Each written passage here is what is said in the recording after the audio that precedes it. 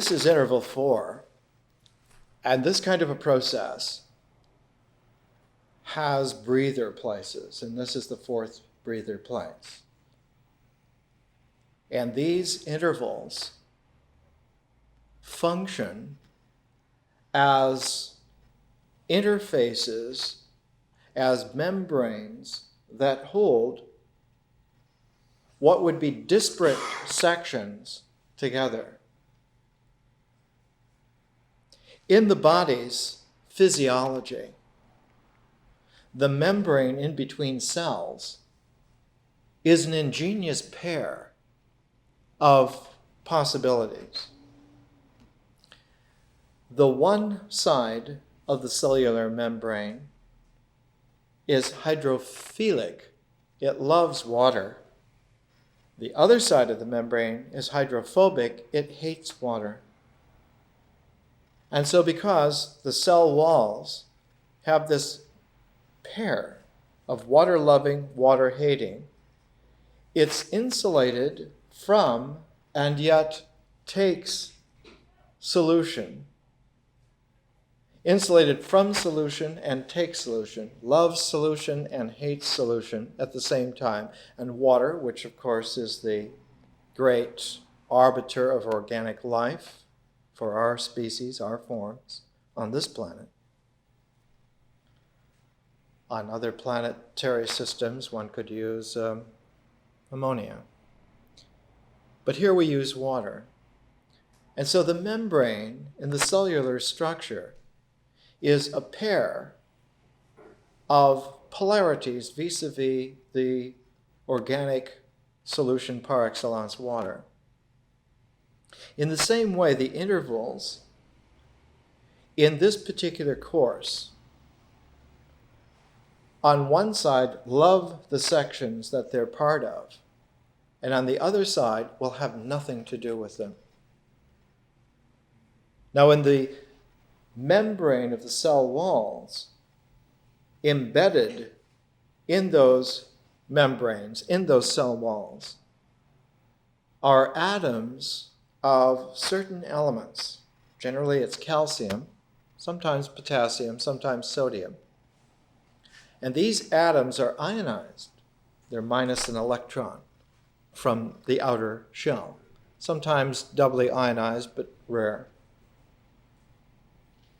These ionized calcium atoms or ionized potassium atoms in the cell walls are the gates by which energy is carried by solution, by water, back and forth from the cells.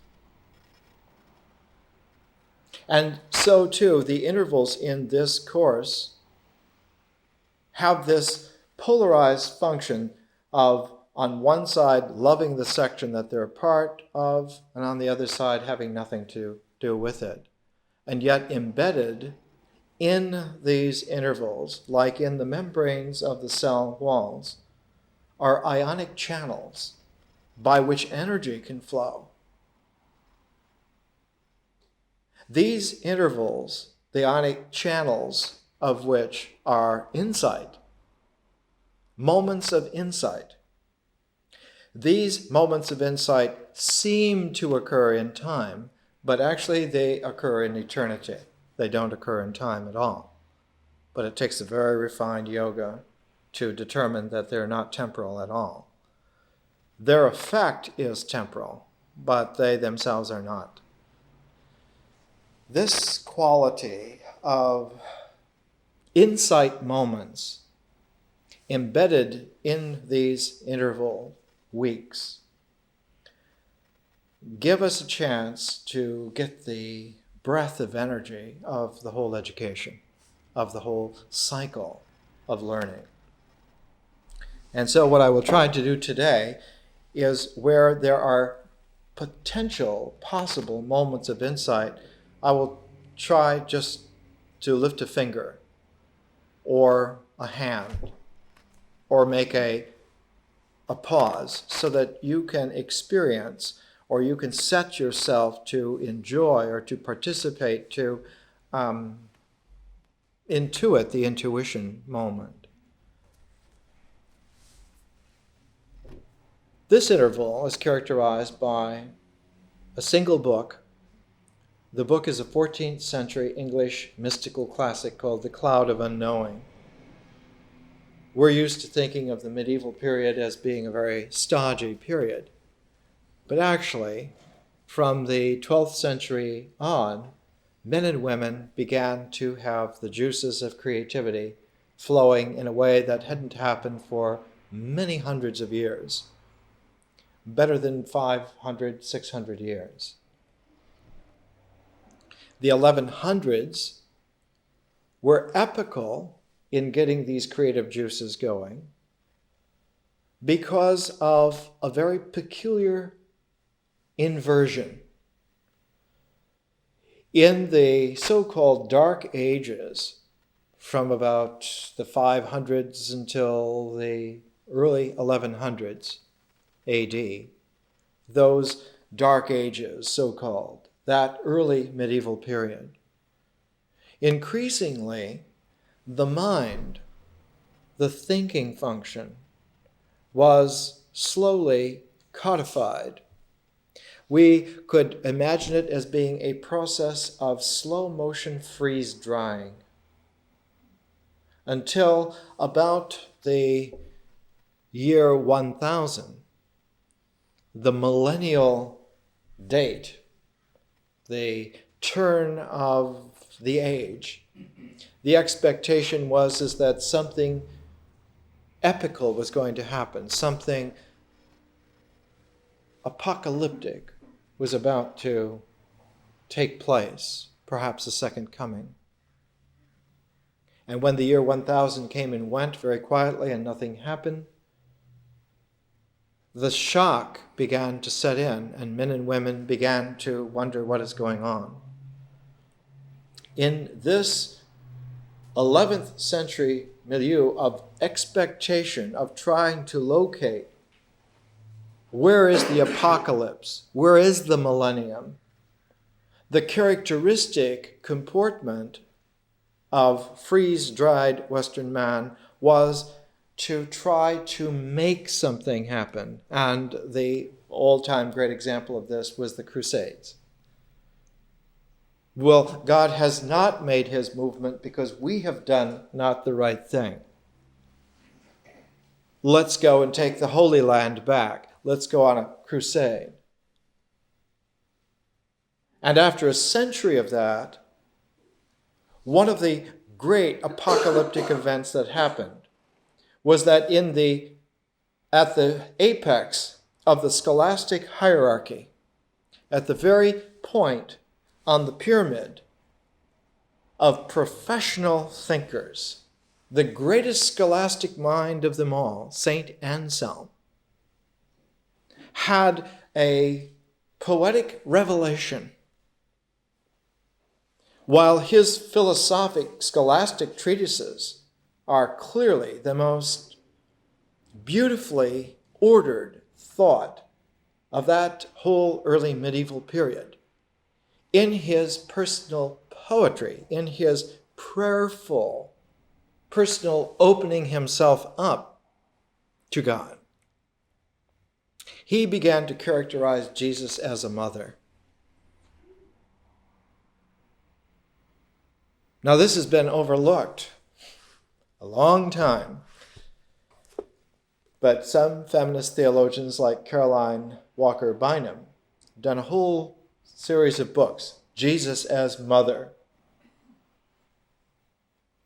so that the ace scholastic philosopher in his personal comportment saw Jesus as a mother, as a feminine, is the beginning of the whole filigree of development that led to the cult of the Virgin Mary, that led to the development in the 12th century of the new juices stirring, that somehow love has a very peculiar transforming kind of energy, and that one has to break out of one's shell. And yet, to break out of one's shell in terms of crusades, in terms of doing something in this world, became very precarious. As the Crusaders learned, it's not a very easy thing, and in fact it involves you in more and more of the junkyard of undigested history. There wasn't just one crusade, there were many. And as they went on and on, after century, it became more and more a mess. So that by the time of the 1300s, by the time of the 14th century in which our Cloud of Unknowing is written, it had become apparent that one must not take crusades externally, but one must take a crusade internally. One must go on an adventure within. That this stirring of something, of man's having to do something, to evoke the blessing from God, man must trigger by evocation the grace that will come to him from the divine, that this cannot be done in the external world, but must be done in the internal world. But the internal world was architecturally minimalist.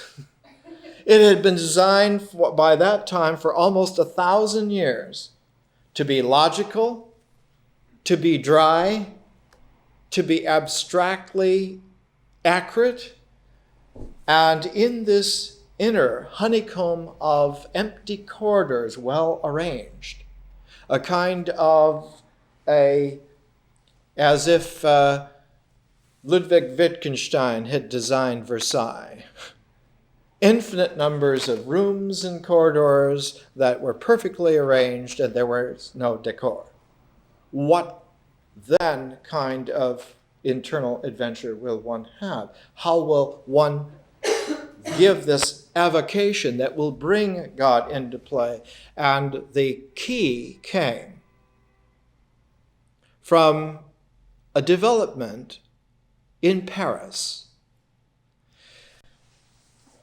In the early 1100s, there were some individuals at Notre Dame in the center of Paris who began to question the old Romanesque Gothic structure of approach and began to try to seek to go back to origins, back to some kind of monastic life, some kind of life that was characterized by primitive, primordial retreats. And there came to be founded in Paris, across the Seine, from Notre Dame, the Abbey of Saint Victor. And the thinkers who came out of that abbey are called the Victorines, and there are two especially, one Hugh of Saint Victor, who was one of the first great masters of that abbey, built it up so that, well, let's let Hugh speak for himself. This is the conclusion, the book in translation, the little pamphlet. The medieval books are not very big. Soliloquy on the Earnest Money of the Soul by Hugh of St. Victor, written in the late 1130s in Paris, and this is his conclusion. It's a dialogue between man and his soul, and man finally comes to the realization. Certainly, he says to the soul, certainly that one who comes to you is your beloved. Someone who comes seeking you is a lover for you. That's why he's come.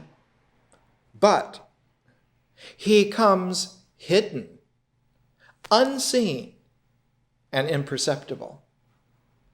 Now, right away, we realize that this is one of those polar characteristics where the Crusades had gone out into the world with polished armor, the knight in shining armor, polished, burnished so that one glints in the sun, And so that the spatters of blood from one's enemies will put a kind of a freckle upon one's sheen, and one will be glorious.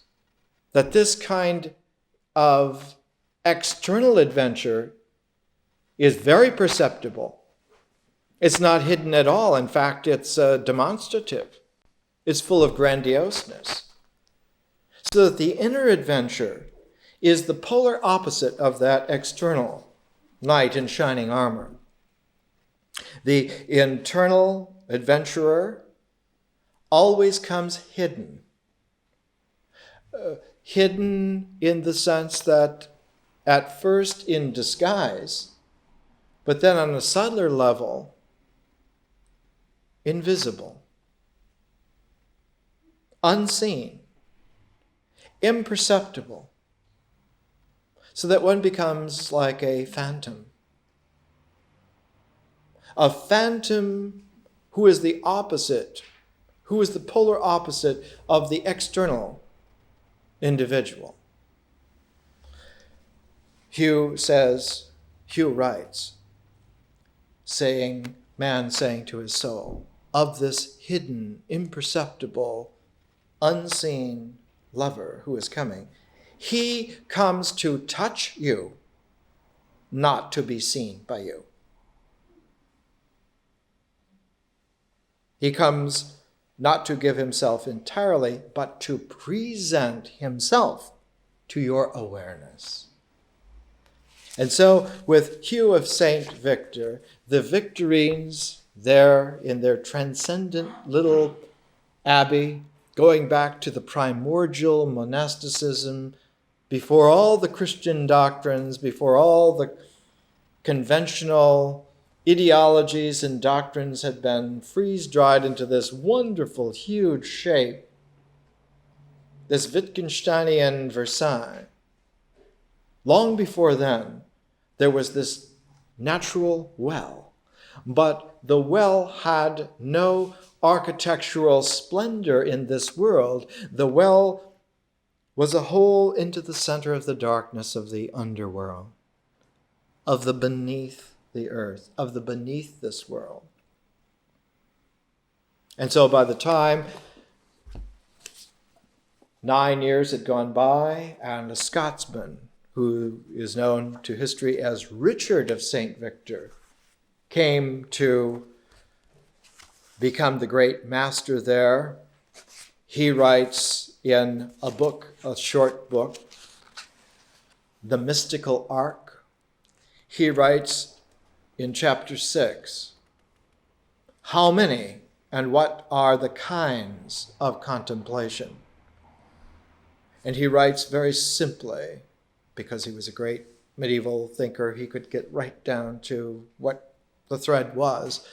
But he's different because he shows that out of this single thread, one can make a series of string figures, which are quite clear in the mind. And he says there are 6 kinds of contemplations in themselves. 6. And within each there are many divisions. The first is imagination. The first contemplation is in imagination and according to imagination only.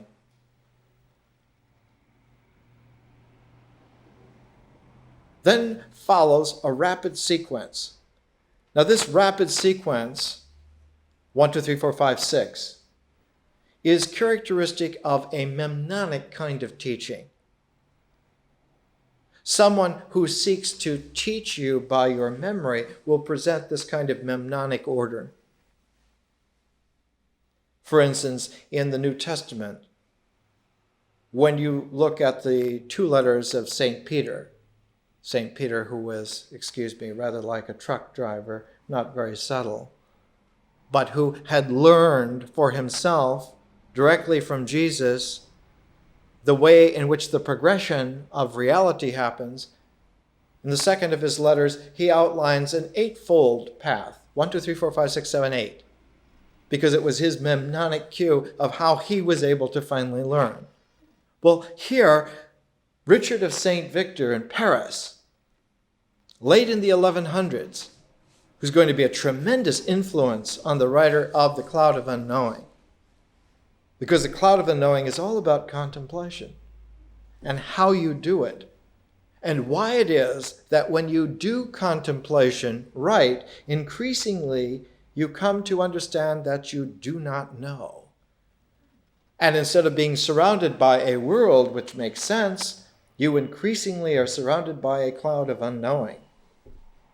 The unknowing is there, for sure. And it increases.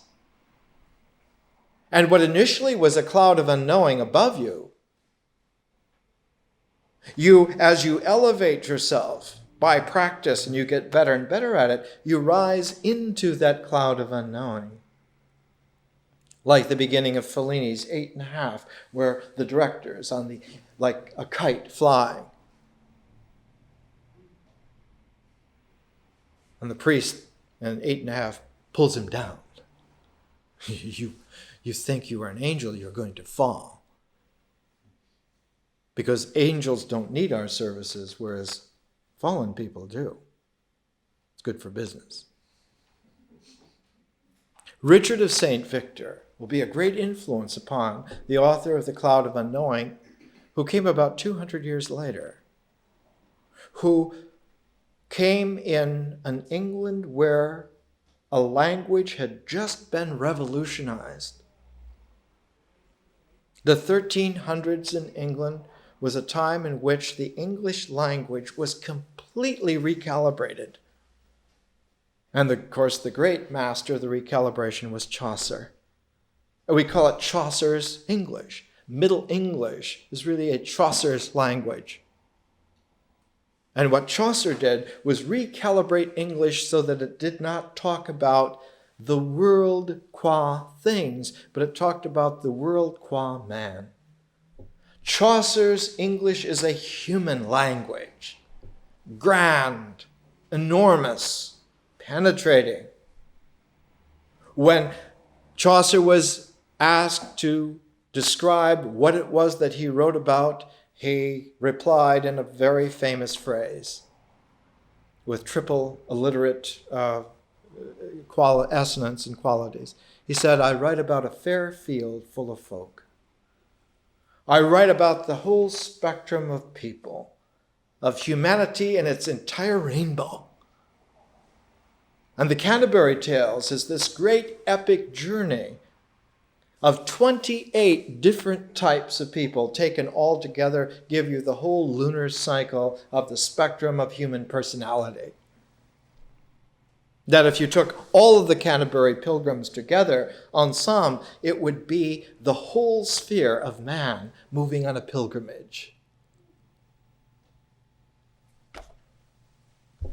One can go to the Huntington Library here in Los Angeles and see William Blake's original Chaucer's Canterbury Pilgrims. And they have reproductions of it available that you can buy. One sees in the great Blake mystical vision of Chaucer's world that here are the archetypes of all the human possibilities put into this lunar cycle of 28 and brought to this great pilgrimage. The language of Middle English, so enriched by Chaucer, was able to bring, along with the Canterbury Tales and Troilus and Cressida and all of Chaucer's works, a number of little jewels of transformational language. One of the jewels is the 14th century mini-epic Sir Gawain and the Green Knight. And another of the jewels is the Cloud of Unknowing. 14th century English is one of the most profound languages ever used on the planet. But it's a language made to relate the spectrum of humanity to its mystical focus within. It's a language specifically recalibrated to allow for any place on the circle of humanity to have access to the spiritual center. And so it's a humane, mystical language. capable of doing this in terms of this world. And that language was so great, it raised English to such a level that 200 years later, that language was able to go through another revolution, the revolution of Shakespeare. And Shakespeare took Chaucer's great mystically humane language and made it cosmic. Instead of English being a language that then characterized this world round, all the world's a stage, it became a language that was cosmic. It was good for men and women wherever they happened to be, whatever universe. And so English as a language has been transformed several times in its long history.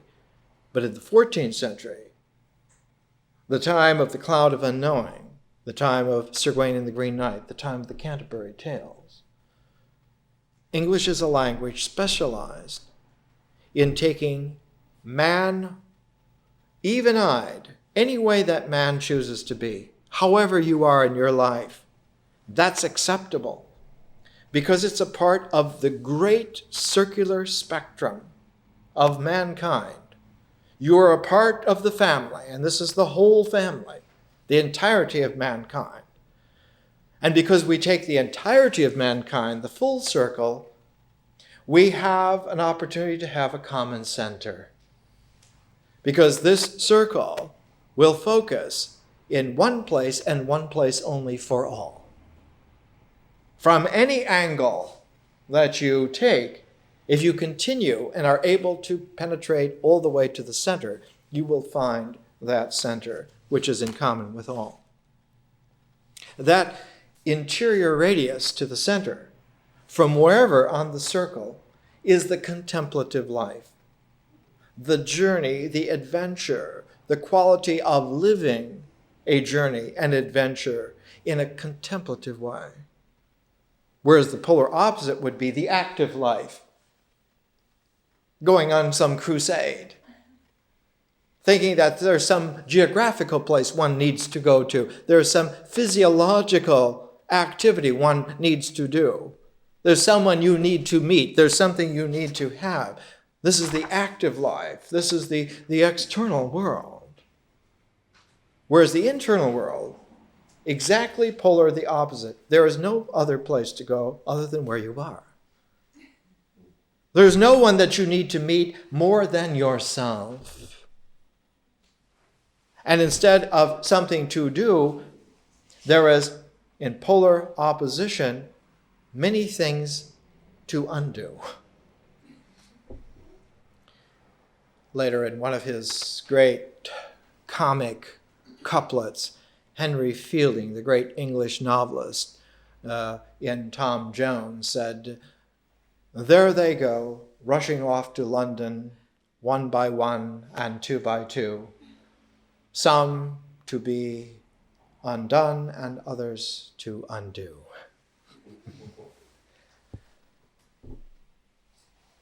It's like hydrophilic and hydrophobic. But notice that polarity and its great designation in Western mentality comes from Parmenides back in the pre-Socratic days. He calls that in his mystical poem on the way of truth, the way of aletheia. Aletheia has this disjunctive polarity in the world. The way Parmenides put it, what is and what isn't. And this disjunctive polarity never touches, never meets. There is no membrane between them. There's a gap. We would call it today an existential quantum jump. There's no contact whatsoever. And in a disjunctive polarity like that, unity is not possible. What is possible is increased duality to the nth degree. One becomes asymptotically alienated. The more clear one becomes, the more clear it is that nothing touches. And this became, for the medieval mind, the most feared demon of all. The nothingness, the void of the no contact.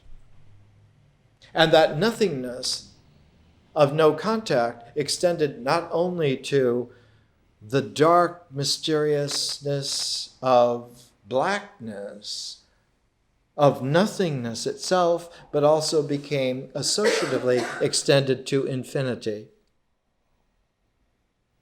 And so the medieval scholastic mind abhorred infinities and abhorred voids, because zero and infinity are complementations.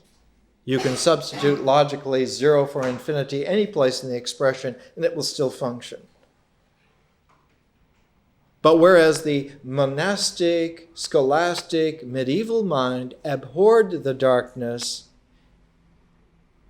there was a tradition underneath that loved the darkness, that was rediscovered by the Victorines, and in Richard of St. Victor especially, came the appreciation that there were not only these great affirmative theologies in the world, but there was in the inner world the negative theologies.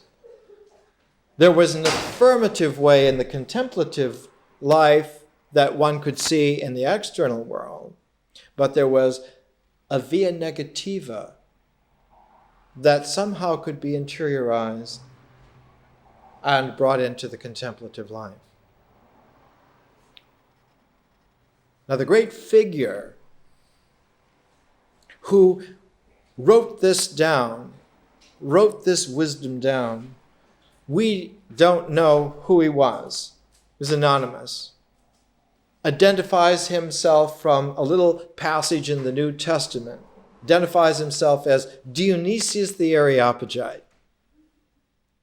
In one of Paul's letters, when he's there in Greece, he's there in the center of Corinth, which, like Athens, had a center, the Areopagus, the place where all intelligence would form, the place where one would have an acropolis.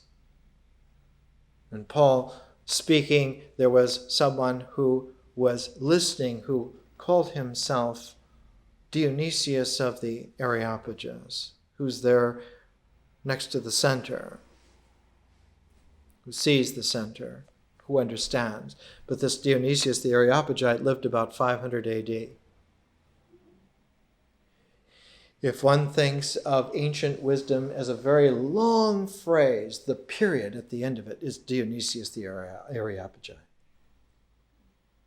He's the last great figure who comprehends it all, and in his period stops the entire sentence of ancient wisdom. And after that, there's an enormous gap.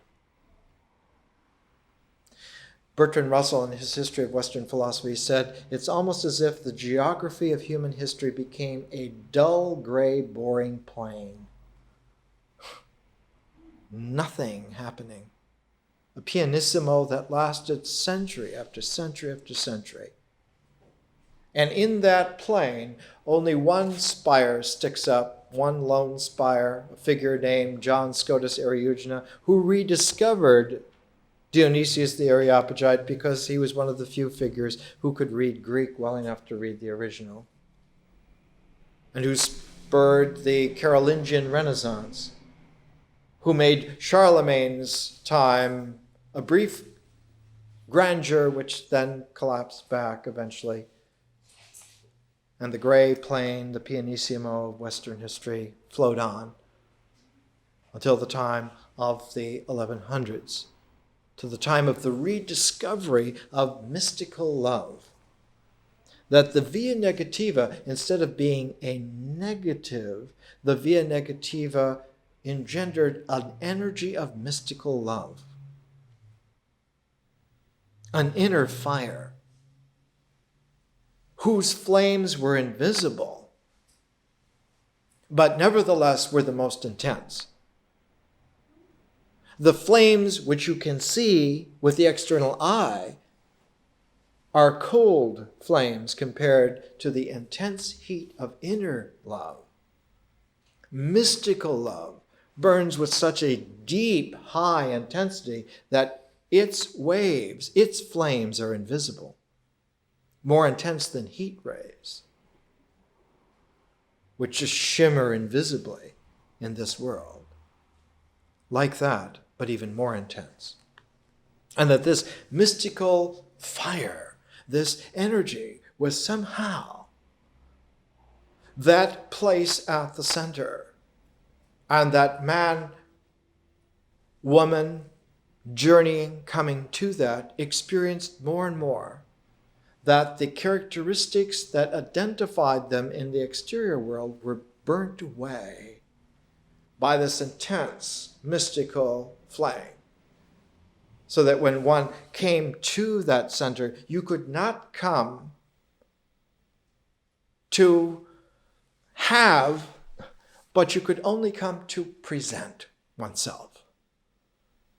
It goes back, as you might recall, as we used in the myth section of this education, that at the very beginning of written language, civilization, the great feminine epic writer, the daughter of Sargon of Akkad, who lived about 4,500 years ago, in Heduana of Akkad, who wrote the great epic of Inanna. And how Inanna, who is the queen of heaven, when she wishes to visit her sister, her pair, who's the queen of the netherworld, the queen of hell, she must, in the descent, give up all 7 of the identifying marks of her person, of her royalty. Give up her crown, her scepter, her cape, and she arrives completely naked at the center of the netherworld. So too, in the 1100s, in the 12th century, the mystical journey was seen more and more as this way, the via negativa, so-called, not because it was negative, but because it undid this world. Whatever identifying marks one had for oneself in this world, they were burnt away by the intense radiation of mystical love. And that if you clung to those identifying marks, your clinging to them would burn you away too. And so you had to learn to let them go. And as you learn to let them go, in terms of the external active life, it was like letting go and falling. But in terms of the contemplative life, it was like letting go and instead of falling, of experiencing the purity of the intensity of divine love. And then instead of having things, one simply presented everything. Not the identification of what one was, but the hidden, the imperceptible, the unseen you, who instead of being burnt away was revealed. And so the cloud of unknowing had this great double quality of traditional mysticism. One quality from the 500 AD, the mystical theology of Dionysius the Areopagite, the other from the 1160s, 1170s, from Richard of St. Victor, of the 6 kinds of meditation, of contemplation. And these were brought together in terms of Chaucer's 14th century humanistic, mystic language. The Chaucerian language itself was a natural home for bringing Dionysius the Areopagite and Richard of St. Victor together in terms of what became one of the greatest eras of mystical writing in human history. The 14th century, and incidentally the 21st century, will be like the 14th. It'll be a mystic century. These things run in cycles. If one wishes to understand the 21st century, one can go to the 14th century very easily and see there a sketch, a template of what is coming in the next 100 years. Other titles of mystical Middle English works: Richard Roll's The Fires of Love, Walter Hilton's The Ladder of Perfection, The Cloud of Unknowing, anonymous author himself had other little treatises, one of which is called The Letter of Privy Council, a private quality of counseling you. And another is A Mirror for Simple Souls. But The Cloud of Unknowing is the great classic. And we're going to come to that after the break. But we need to review, just quickly, and then come back to it, the 6 kinds of contemplation that Richard of St. Victor, already 200 years before The Cloud of Unknowing, laid out in the sequence. The first is imagination, according to imagination only. You contemplate in terms of imagination qua imagination. The second is imagination according to reason. The third, reason according to imagination. The fourth, reason according to reason. The fifth, above but not beyond reason. The sixth, above reason and seems to be beyond reason. Now, when you put this into our education, you get 2 kinds in myth, 2 kinds in symbols, and 2 kinds in vision. The first, imagination by itself, is pure myth. Pure mythic language. Imagination according to reason is the bridge between myth and symbol. And reason according to imagination is the bridge from the other side, symbol according to myth. And reason by itself is pure symbol. And as soon as vision comes in, Richard of St. Victor called it understanding, different from knowledge. Understanding. So that above but not beyond reason is the connection between vision and symbol. And above reason and seems to be beyond reason is vision itself. In this 6, one stage is missing. A stage that's missing is a stage that would have been a 7th stage, not in the 7th place, but in the 5th place. It would have been the connection between symbol and vision from the standpoint of symbol, and it's not there. And so someone who's experienced in contemplation notices very nicely that Richard of St. Victor was a practitioner, that he did it. Because someone just thinking it through would have put all the steps there, and there would have been 7 kinds of contemplation. But in fact, there is, when one contemplates, bridging from symbol to vision, nothing records. In retrospect, one can bridge from vision to symbol, but there's no way that anything records from the side of the bridge from symbol to vision. What records there is the cloud of unknowing. It isn't that no one knows because no one knows. It's no one knows because everyone who does this knows no one knows. Let's take a break. One of the most interesting phrases in Wittgenstein is the phrase translated, "Whereupon a man cannot speak, therefore must he remain silent." It's very wise. There comes a juncture where one has to be silent. You could speak, but you don't. It's like in this education.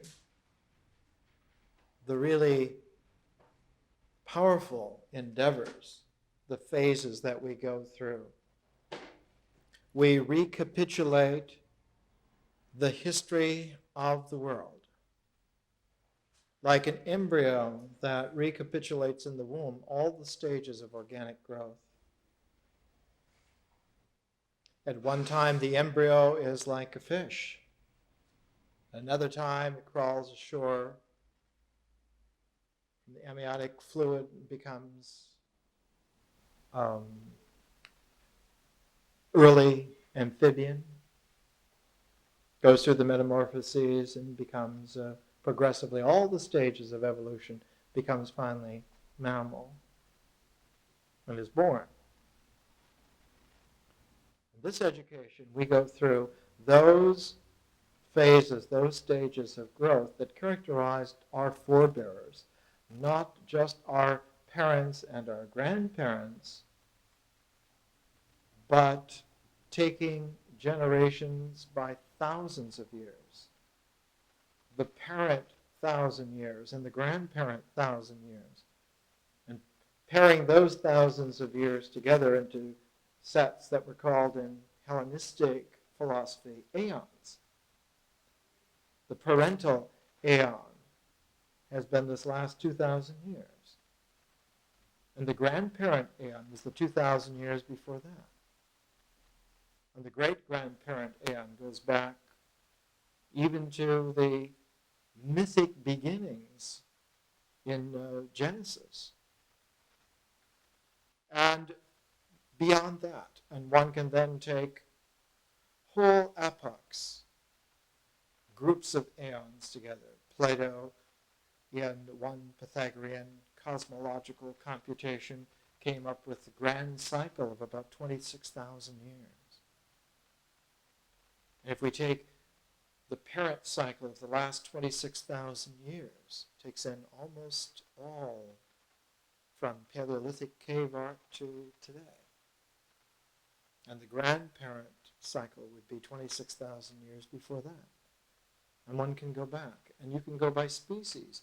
Our species, Homo sapiens, at least 100,000, maybe 150, perhaps even 200,000 years. But there was a parental species before us, in fact several, and grandparental species before that. When you come to those kinds of scales, and by the late 20th century, an education that's worthwhile has to have those kinds of scales. It can't begin in classical Greece. It can't begin with the Torah. It can't begin with the pyramids. It can't begin with the I Ching. All of those expressions are relatively yesterday. They're recent. We have to begin in such a fashion that a scale of millions of years at least is credible, is feasible.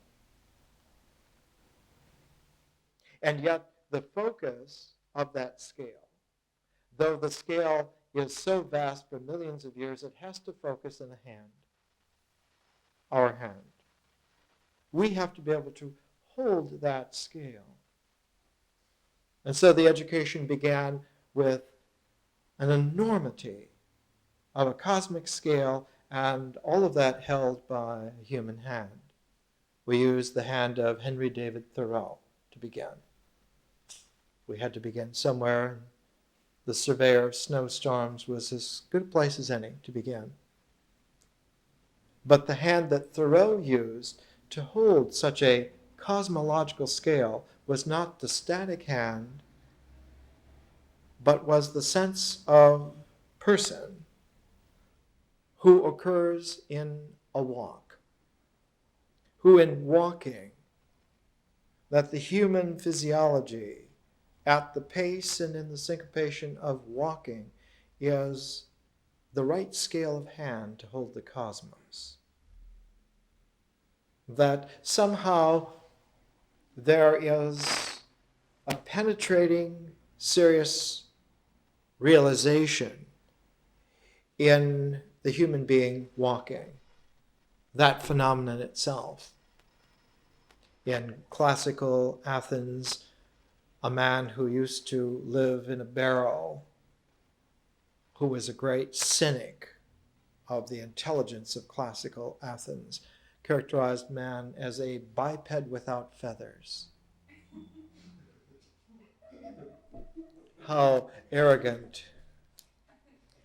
And yet, even in his cynicism, he included the bipedal quality of man walking.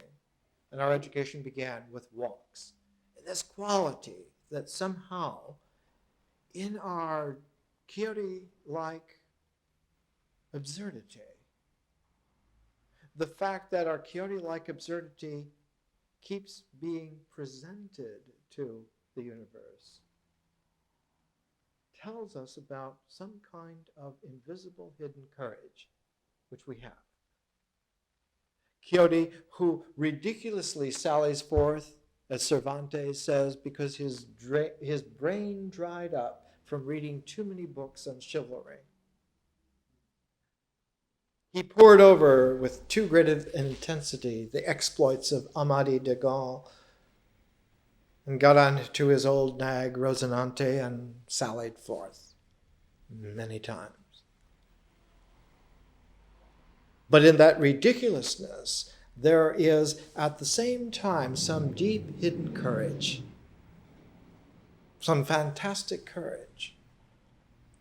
And even in his most despairing of plays, Tennessee Williams in Camino Real has, in this purgatory of the imagination, all the great lovers and heroes of the world frozen in a non-time limbo, trying to get out. They all take place, the entire thing takes place as a dream of Don Quixote, who, when Don Quixote is able to wake up, they will all be returned by magical distribution back to their respective realities and safe. In the 14th century, 200 some years before Cervantes, there was this great mystical genius where the courage to explore the unknown exceeded the fear of the unknown. Just as in the 21st century, the courage will exceed the fear, though the fear will be higher even than ours. The courage will be a little bit higher than the fear, and they will go anyway. In the 14th century, that happened because the space program of the 14th century was the inner world. To explore those planets and those star systems of the inner world was fearful. And someone who came in the late 1200s, who was tremendously intellectually capable of doing such an exploration, someone on the scale of Roger Bacon,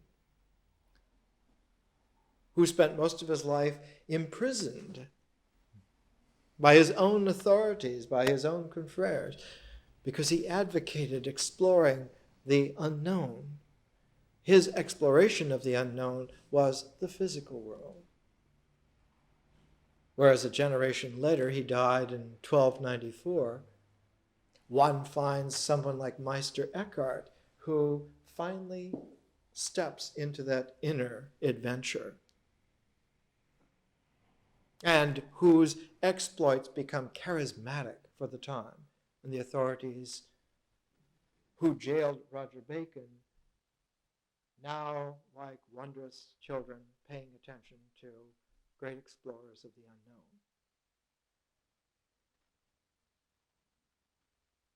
The cloud of unknowing comes not at the ultimate genius of the 14th century, not at the apex, but it comes exactly at the humane center. It comes where the hand of comprehension, not of a person walking, but of a person in absolute stillness, a person for whom this logical, organized language of scholastic designation is brought to a standstill and allowed to burn away by the inner fires.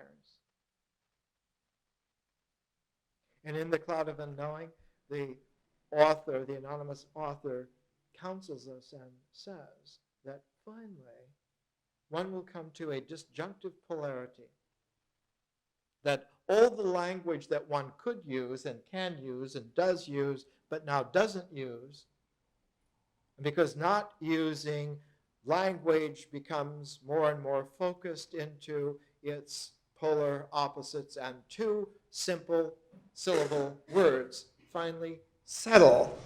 One is sin and the other is God.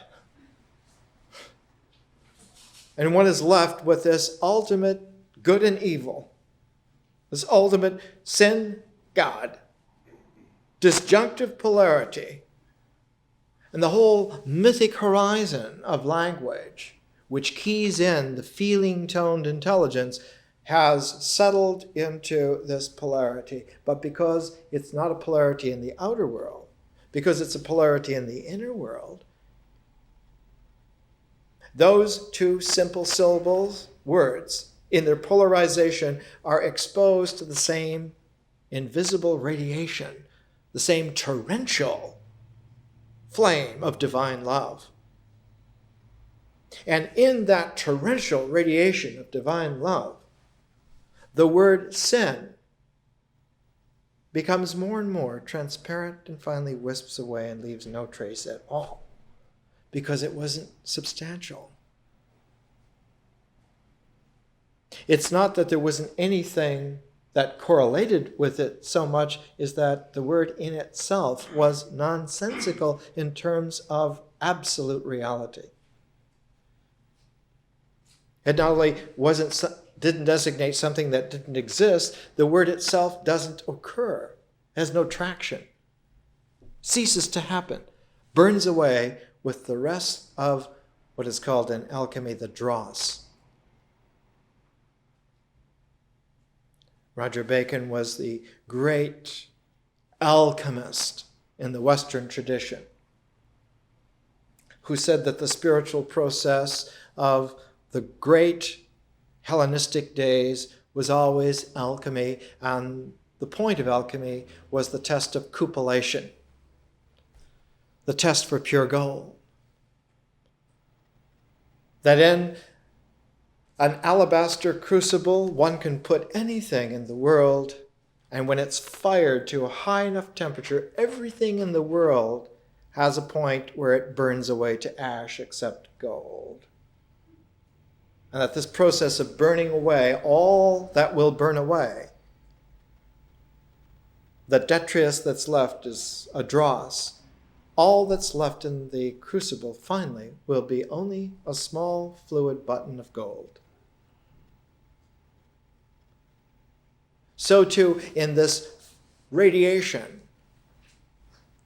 that God's love is so intense that the radiation waves from God's love burns away everything that can be burnt away, and all that remains is only the reality of the soul.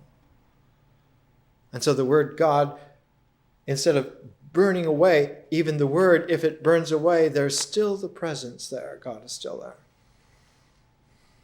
Whereas when the word sin burns away, nothing is left. There's no trace of anything at all.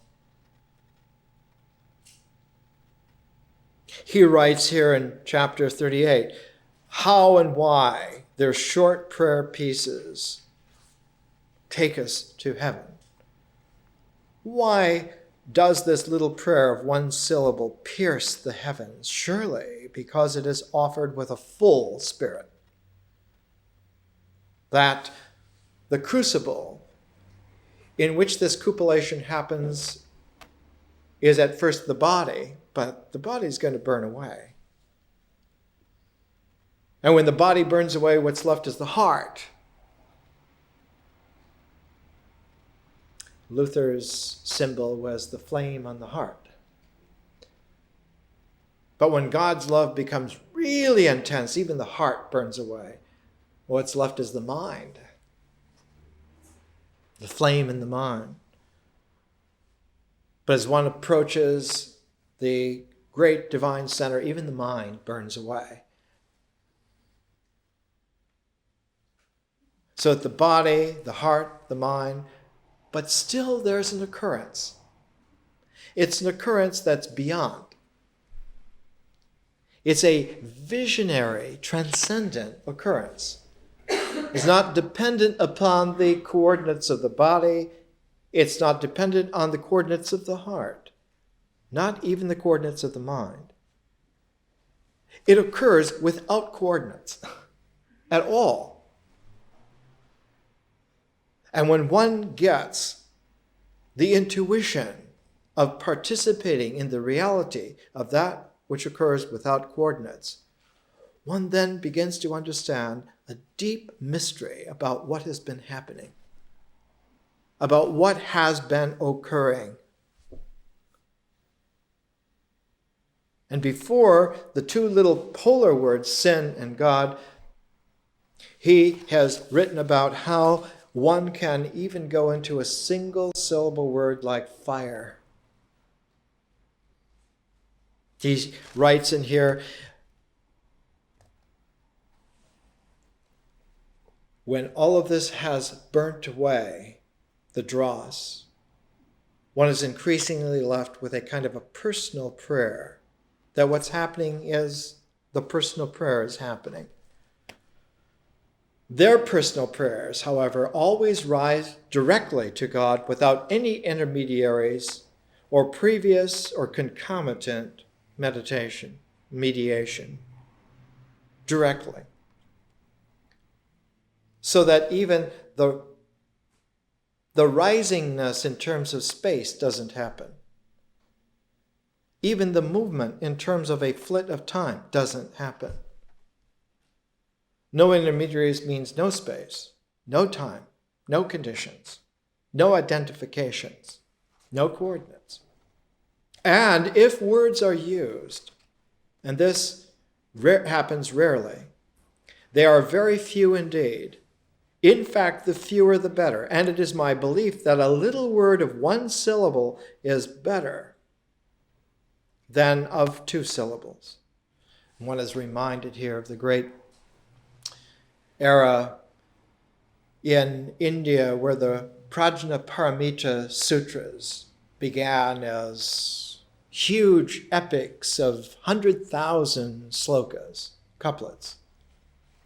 The Mahaprajnaparamita Sutra, enormous epic of spiritual endeavor, and how over about 100 years it was shrunk in size. So one had a Prajnaparamita Sutra of 8,000 lines, of 100 lines, and finally of one syllable. And at that point, where one had a wisdom perfection sutra of one syllable, one has the sudden occurrence of an unbelievable human written document called the Vajrachadika Sutra, the Diamond Cutter Sutra. Because when you have language refined to a single syllable, it's like having an electron drill. One can remove one electron at a time. And one can see that in this process, you go into an atomic structure where if you remove one electron at a time and you remove all the electrons, what's left finally is only the nucleus. And a nucleus without its electron coordinate structure tends to have a very peculiar quality in time-space. This ion of the nucleus as an ion tends to immediately seek other structures. And when it does, one has sudden compacting that all of the naked nuclei suddenly condense together and one has something called like a neutron star.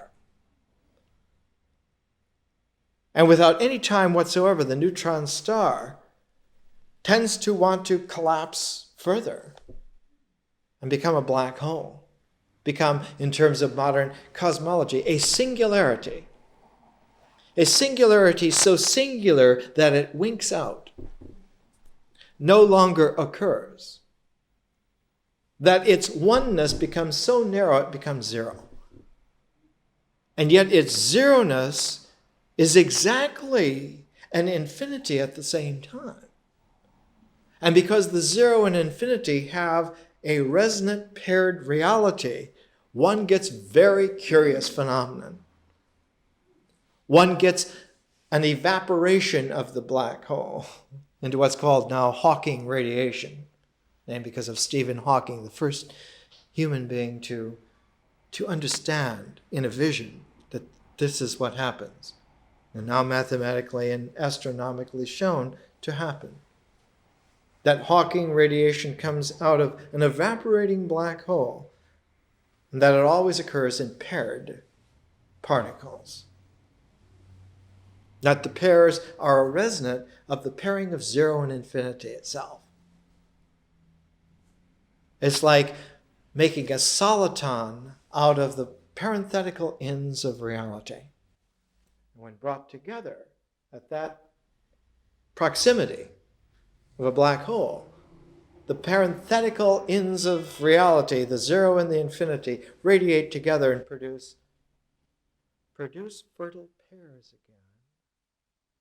And time-space begins to occur again because there are now waves and particles again, and the entire show is on.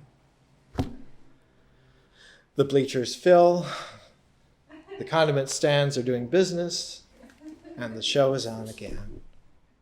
And all of this without anyone wanting it, desiring it, needing it. No one needs it. No one desires it. No one commands it. There's no authority. It occurs. It occurs because it is real. And this kind of penetrating quality 600 years ago extends to most peculiar quality. He writes here using an initial homily. He's writing about Mary Magdalene.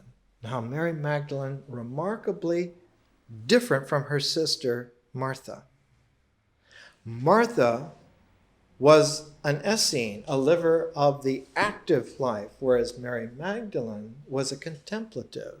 She was a therapeuta. He writes, just as Martha complained about her sister Mary, in the same way, even to this day, all actives complain about contemplatives. Whenever a man or a woman living in any company in this world, whether it be religious or secular, makes no difference. Notice, it doesn't make any difference. The beginnings of an insight. God's reality is not in the religious life, necessarily. It doesn't make any difference. It's just a different starting point. If you think it's an advantage to you, then have that coordinate. If you think it's a disadvantage to you, don't have that coordinate. And all the in-betweens. It makes no difference. Whenever a man or a woman living in any company in this world, in any situation, is aware that he is being moved through grace and with the advice of their director to forsake all outward business and set themselves entirely to live the contemplative life as best they know how, as according to their conscience advises them, then straightway his brothers and sisters, all his best friends, and many others who are ignorant of his inward movements and of that manner of life which he sets himself to live, turn upon him with many complaints.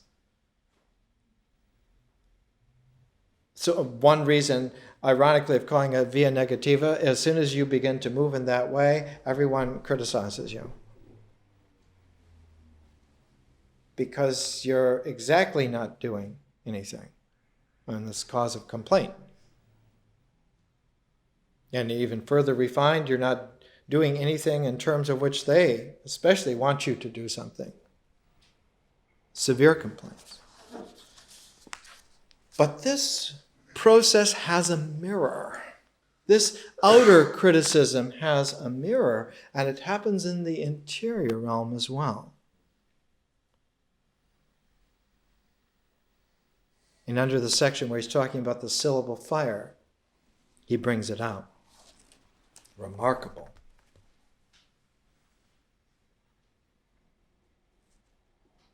Just as this little word, fire, suddenly beats upon and jars most effectively the ears of the bystanders, it is the same with the little word, whether spoken or thought, or even obscurely just conceived in the depth, or we may call it the height of the spirit.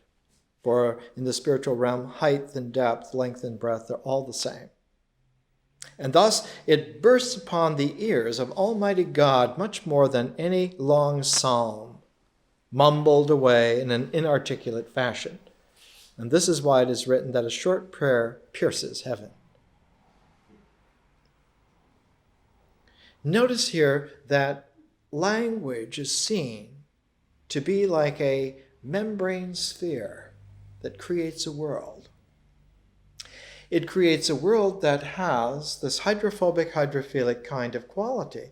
The outside of the world repels reality. The inside of it glues it together, so that one is stuck with the world that one makes. And the world that one makes has nothing to do with reality whatsoever. And that this is true on any scale, whether it's an individual, or it's a group of people, it's a tribe of people, it's an empire of people, or it's a whole Gnostic cosmos. Makes no difference. It's trapped within a glued sphere that has no relation to reality whatsoever. A disjunctive, non-union capacity, which then truly is illusionary and misleading. But in this quality, in this inner quality, and here's where the author of The Cloud of Unknowing just simply outstrips his age completely. He's talking about all this comes from pride, from earthliness and false reasoning. Yet, like as not, they think that this is a fire of love produced and kindled by the grace and the goodness of the Holy Spirit. From such illusions as this and their ramifications come great mischief, great hypocrisy, great heresy, and great error. And one is suddenly shocked because he's turning language which was ordered so beautifully in scholastic doctrines and details, suddenly it's stretched diagonally.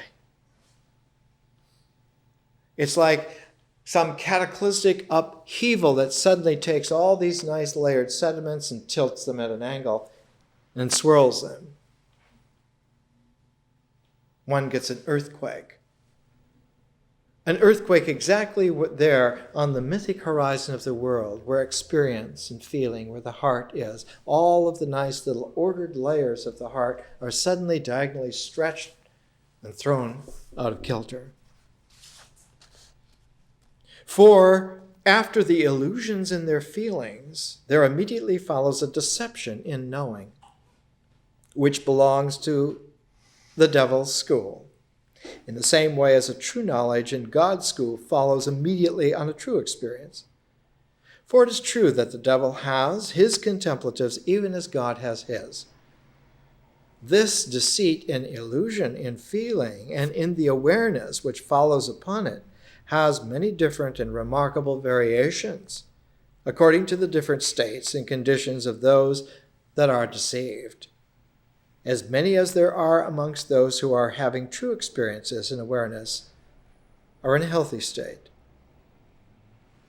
And what he's talking about here, what he's saying here, is that this habit of identification, of correlation, of referentiality, of paralleling. This habit is so ingrained in us that it carries over even when it doesn't immediately have any content to distribute its effect.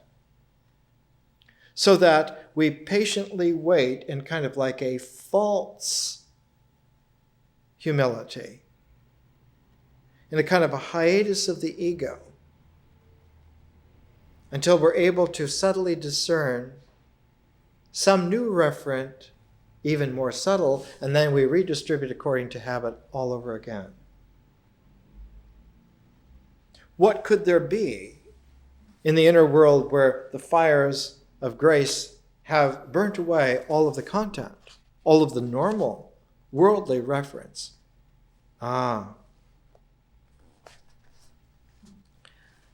Let's backtrack and go to the top of the page, to the top of the paragraph, because our author of The Cloud of Unknowing, very experienced, been around a long time. Not just long time in 14th century, but long time in terms of experience of reality qua human beings. Thousands of years of experience. Got it down. This illusion can happen in the following way.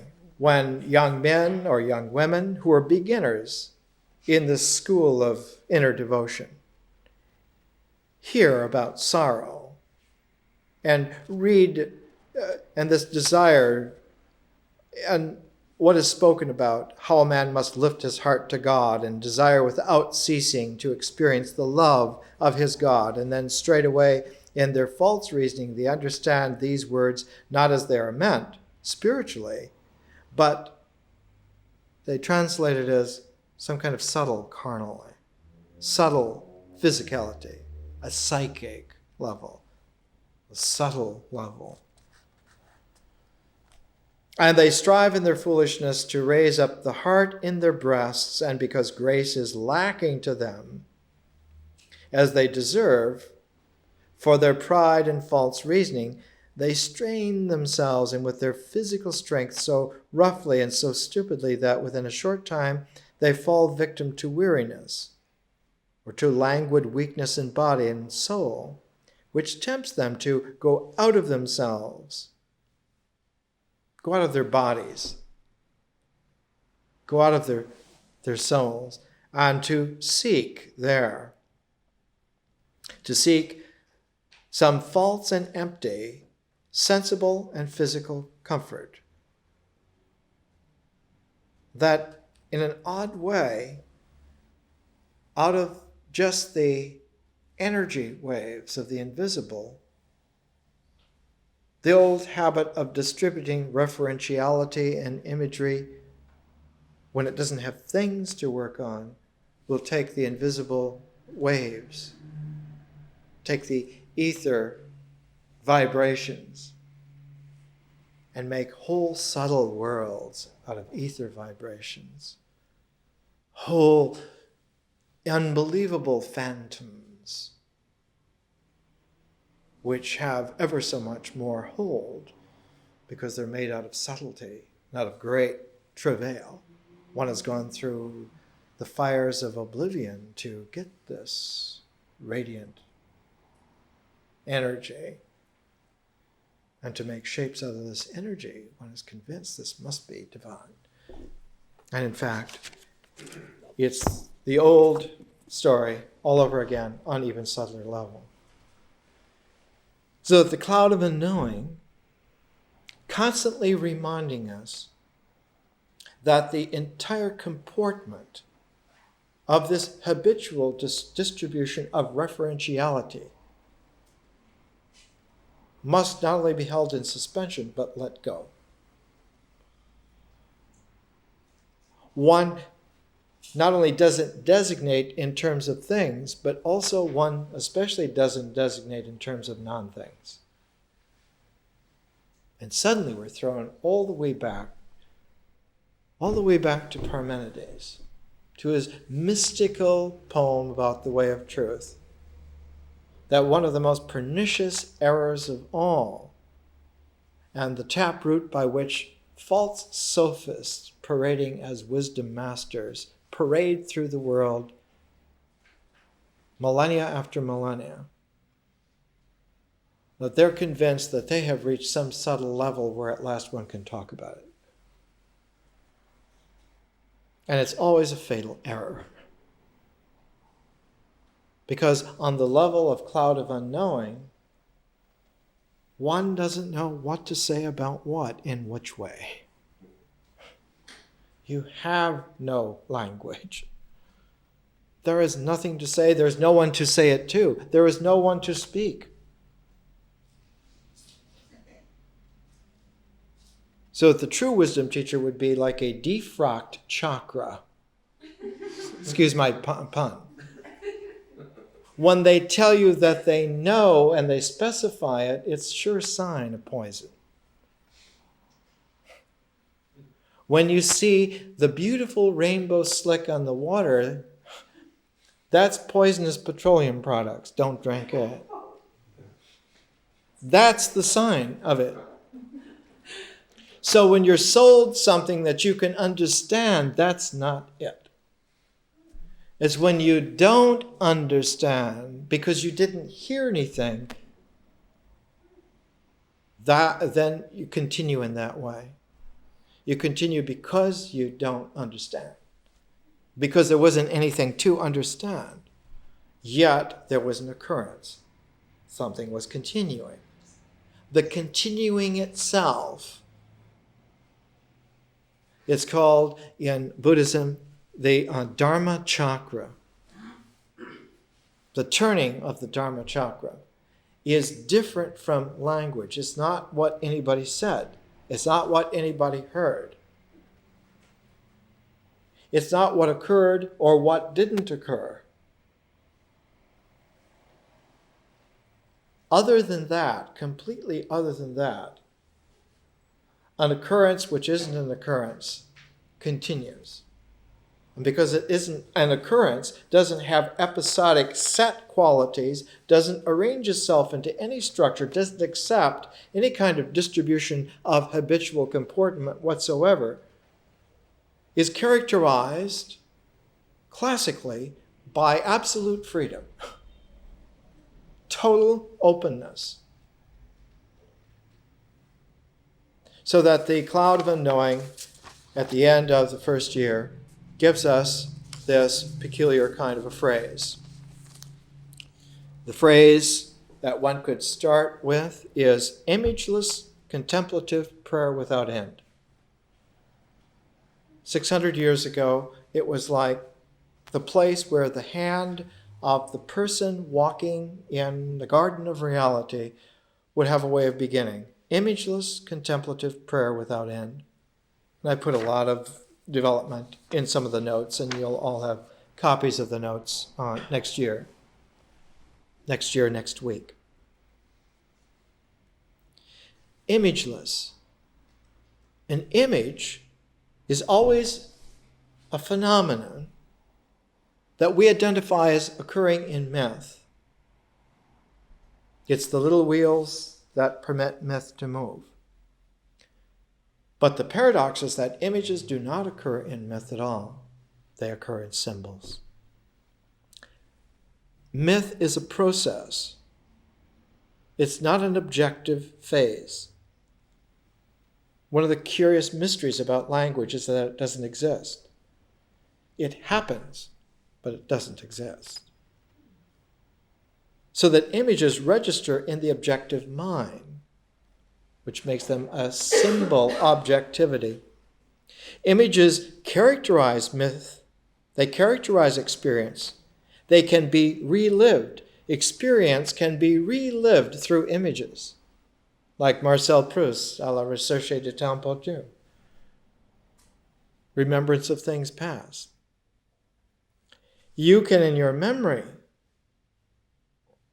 remember an image and relive experience, but life, when it's lived, doesn't occur through images. It occurs through life. So when one says imageless, one's talking about life. but the reality of life, not about images. Living experience, the living mythic phase, which is a process, parallels nature, and nature is a mystery. So that language and feeling intelligence experience actually is like a flow, which is parallel to nature's mystery. So mythic language and its feeling intelligence of experience, per se, has images happening. But one needs to talk in this way, that those images that are happening in feeling are actually designs in the flow. You have to almost use like a Heideggerian hyphenation here. They're designs in the flow. They're figures in feeling, but not distinct, not formed into particularity. The figure in the carpet motif, which you find like in Somerset Maugham's Of Human Bondage, or Henry James's short story, The Beast in the Jungle, that sort of thing. The figure in the carpet motif, the Persian carpet, is a symbol phenomenon. It's an objectivization of imagery into the image. Language moves as words. The word, as a key to language, to feeling, to experience, and its interiorization, is always a symbol. In fact, the word is a synthesizing symbol. It's a center of integration. Words, in their usage, in the verbal flow, in the mythic, constitute a language horizon, a membrane ocean, as it were, between ritual existence and symbol essence. It interfaces what we do with the body and what we think with the mind. Words shape the flow of the heart membrane. Imageless, though, means that a meaning which transcends the symbol, or which occurs primordially before the existence. Imageless refers to nature before ritual comportment, before existence occurs, or to transcendent vision that's beyond symbol. This is why when you come to one of the roots of the Cloud of Unknowing, to Richard of St. Victor, his mystical ark. What is the ark? The ark is not only Noah's ark, but the Noah's ark is a great symbol based upon the ark, where one puts the Torah. Not the Torah as an object which then is the law, but when the Torah is in the ark, it's not the law, it's the guarantee that reality occurs. And so the mystical ark is the vehicle by which the guarantee that reality occurs. Richard of St. Victor says there's 6 kinds of contemplation. One of the kinds of contemplation that should exist is unspecifiable. There is an imagination, according to imagination only, the imagery, movement of myth. Imagination is the process of the myth unfolding itself. Imagination is the way by which experience occurs, by which feeling records its intelligence. It is surely real, but has its frequency, as it were. When it starts to change, how does it change? It interiorizes. And when it interiorizes, you have a kind of myth which is related to symbol. You have imagination according to reason. That's a different kind of a contemplation. So one could have a contemplation on the first order of imagination only. One could have a second contemplation of imagination vis-a-vis reason, of myth and symbol. And one could have a third, a contemplation of reason according to imagination, just the other side. Not just myth with its symbolic meanings, but symbols with its mythic horizon. Or there's a fourth kind of contemplation, reason according to reason, pure reason, a kind of symbol in itself. But then there's a gap. There's no contemplation whatsoever, either in Richard of St. Victor, or in Dionysius the Areopagite, or in Jesus, or in Buddha. Nowhere. Anyone who does this with finesse, there's no meditation, there's no contemplation, there's no prayer. Exactly at that juncture. Nothing records, including nothingness itself, doesn't record. It's not that one has shunyata, it's that one has nothing including shunyata. Not only do no numbers record, but zero doesn't record either. So that there's a hiatus.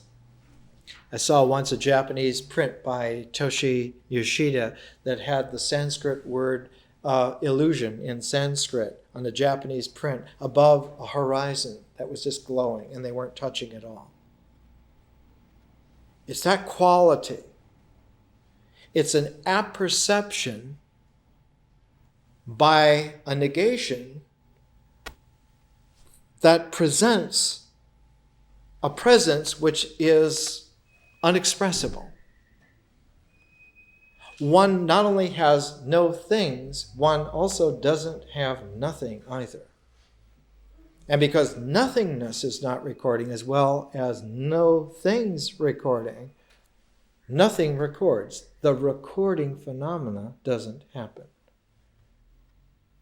It means the plug is pulled on the whole process of the ritual disposition, the existential distribution of identification.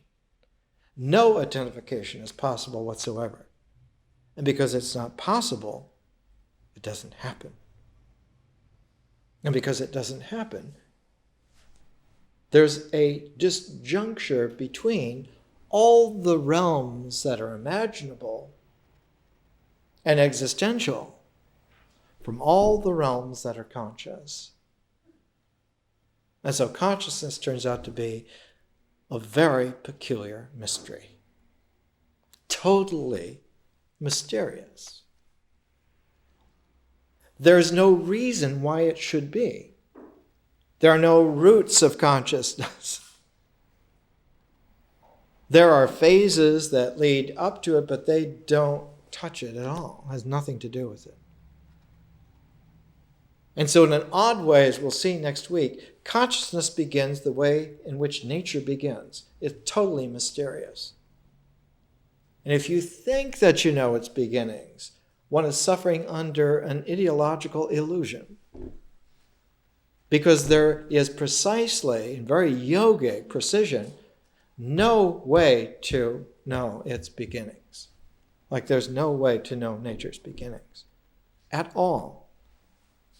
There's no traction whatsoever. And so as we'll see next week when we begin with vision, we'll start with two ways in which that vision of beginningless mystery were presented. One around 90 AD at the very apex of the classical world, and one about 1490 AD in Florence, Italy, when the Renaissance just poked its finger through the entire medieval world. And both places, in Alexandria in 90 AD and in Florence in 1490 AD, it's like 1400-year parallels. Both places, both times, when someone poked their head through the membrane of the cosmos, they came out in such a way that they were like on another side and understood profound mystery. That in the world of time-space, integration distributes the coordinates of existence. But in the realm of consciousness, differentiation, a totally different process, distributes the coordinates. And because consciousness is distributed by differentiation, the conscious realm prizes freedom and variation without end. And doesn't ask the old Kantian categorical imperative, I better not do this until I figure out what if everybody did this. The conscious motif is, what if nobody did this? And very often the answer is the universe would be minus a value, and the universe says, let's have some value. Strike out. Don't just do it, but radiate it. It's a different quality. And so the whole second year of how differentiation distributes itself is necessary. Because an education would be absolutely only half-assed if it didn't include that. And the first thing that we realize in looking at vision is that because vision is like a second nature, it's like a second mystery. It's like a whole other universe that happens. Instead of a universe, it's like an omniverse. It loves variation. It loves the different. It loves the one of a kind. It loves the unique. It prizes the impossible that nevertheless is attempted. All of that is loved. And whereas in nature, the mystery was that everything comes together, that integration happens, gravity happens. In the conscious omniverse, impossibilities also occur just as readily. And in this freedom and variation, we'll see, out of this comes the most improbable kinds of objectivities. Two kinds we'll take a look at in our education. One is the person, who is a prism of possibility, has nothing to do with the thing or identifications. There are no specs. There's no spec list on the person. Person is infinitely scintillating jewel of impossibilities that happen. And because of that, the cosmos, which is omniverse size person, also is quite objective, also quite real. The person and the cosmos are differential forms of wholeness and do not occur in integral energies at all. They never occurred in nature. They never occurred in any rituals whatsoever. They never occurred in any myths. And they most certainly never occurred in any symbols. No minds ever had the realities of persons or cosmoses in them. The best that the minds could do were images raised to ideational symbols. And that was the best they could do. And that's all they could do. And a real education matures us even beyond that. I mean, even 800 years ago in Paris, they're already teaching to go beyond into understanding. What is beyond is not chaotic so much as nonsense, but chaotic so much as we understand today by chaos theory as a very subtle kind of fractal understanding, which is quite real. Not only quite real, is mathematically provable. And so the whole second year is needed simply because it happens.